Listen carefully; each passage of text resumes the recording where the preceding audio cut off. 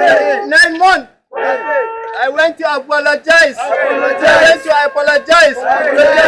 Malaman wucin gadi na 'yan fawa da gwamnatin tarayya ta shuɗe da ta ɗauka a faɗin ƙasar nan sun fito zanga-zangar lumana zuwa majalisun dokoki na jihohi a faɗin Najeriya da nuna wa gwamnati ɓacin ransu na ƙin biya su kuɗaɗen aikin da suka yi tun a baya. Tun da farko dai ɗaukacin malaman na wucin gadi na 'yan fawa sun kwashe kimanin watanni 9 suna koyarwa a faɗin ƙasar nan.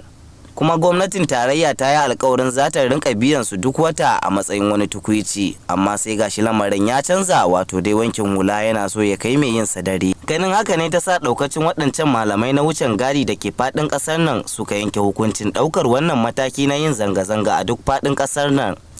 Kazalika sun ƙara da cewa matukar gwamnati ba ta biya musu bukatunsu ba, to sai ba fata gani a zanga-zangar tasu da suke gudanarwa a faɗin ƙasar nan. Wata 9 kenan muna nema domin a biya mu haƙoƙinmu. Yau mu zauna da su mana alƙawari, gobe mu zauna da su. So zaman da muka yi da su na ƙarshe sun ce za su biya mu a ƙarshen wata na farkon sati kenan na Nuwamba.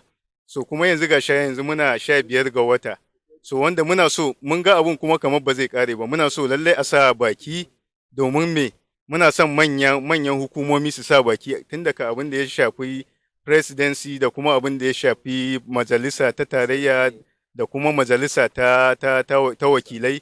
Da yake kungiyar kwadago ta NLC da kuma TUC suna gudanar da yajin aiki a wasu daga cikin ma'aikatu a fadin Najeriya, yasa majalisar dokokin ta jihar Kano ba kuwa kuma a kulle take. Sun ce wannan bai sa guyoyinsu yayi sanyi ba, kuma sun yi kira ga mahukunta a kowane bangare na kasar nan da su tsoma baki kan yadda za a biya su kudadensu na watanni 9. Kun ce mu zo mu zauna, mu ba za mu zauna da ku ba. In dai har ba za ku biya mutanen mu haƙƙinsu ba, to ba za mu ci gaba da nuna ɓacin ranmu a faɗin jihohi 36 har sai an riga an biya mu. Za mu yi zaman dirshan a duk inda ya kamata, insha Allah za mu riga mu yi zaman dirshan wajen dole sai an biya mu haƙƙinmu. In ba a biya mu haƙƙinmu ba, to insha Allah za mu ci gaba da zaman dirshan. Muna fushin mu don a biya mu haƙƙin. Muna nema da mai girma gwamna da sarki da Allah da kawo Smil a duba yan fa, a samu duk wani ya faɗa a biya mu haƙƙinmu na yan fa.